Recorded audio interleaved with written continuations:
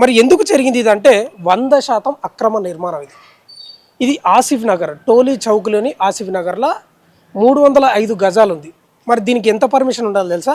G+2. కానీ మనోడు ఏం చేసిండు, ఈ ల్యాండ్ యజమాని ఉంటాడు కదా సులేమాన్, బిల్డర్ ఏమో నజీర్, వీళ్ళిద్దరి అత్యాశకు ఇద్దరు ప్రాణాలు బలిగొని ముగ్గురు హాస్పిటల్లో చికిత్స పొందుతున్నారు.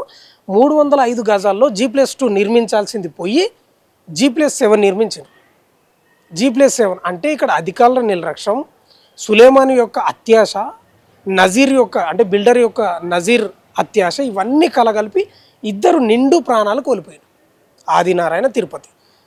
ఇట్లాంటి ఇది ఒకటే ఉందా అంటే చాలా ఉన్నాయి. ఇది ఒకటే కాదు, చాలా ఉన్నాయి. మనం చూసుకుంటే ఇగో ఈ నిర్మాణం, ఇవన్నీ గోవా కట్టెలు,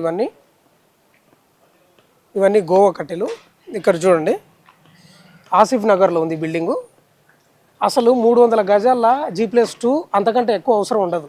అలాంటిది G+7 కట్టిండంటే ఎంత అత్యాశనో చూడండి. ఇక్కడ పర్మిషన్ ఇచ్చిన వాళ్ళు ఎట్లా ఇచ్చారు, అధికారులు నిద్రపోతున్నారు, అసలు మున్సిపల్ శాఖ ఏడుంది, కార్మిక శాఖ మంత్రి ఏం చేస్తున్నాడు ఏందో అర్థమైతలేదు. ఈ పైన చూడరు ఒక్కసారి, ఇవే గోవా కర్రలు, అవి అక్కడ ఉన్నాయి చూడు. ఆ గోవా కర్రలు ఏమైందంటే గోవాలు కట్టుకొని పైన రైలింగ్కు సంబంధించి అంటే టెంట్ హౌస్ అనుకుంటుంది, దానికి సంబంధించి పని చేస్తున్నాయి. అసలు చూస్తే మీకు భయంకరంగా ఉంది. ఒకసారి చూడండి.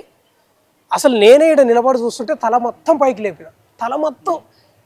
ఇది ఏంది, ఎంత ఉంది? 305 గజాలు, 7 ఫ్లోర్లా. కొంచెం బుద్ధి జ్ఞానం ఉండాలి కదా. బిల్డింగ్ యజమానికి ఉండాలి, బిల్డర్కి ఉండాలి, మున్సిపల్ అధికారులు వీళ్ళు ఏం చేస్తున్నారు? గింత దారుణంగా ఉంటుంది అంటే నాకు అర్థం కాదు. పైనుంచి 4 పడితే 2 స్పాట్లోనే చనిపోయినారు.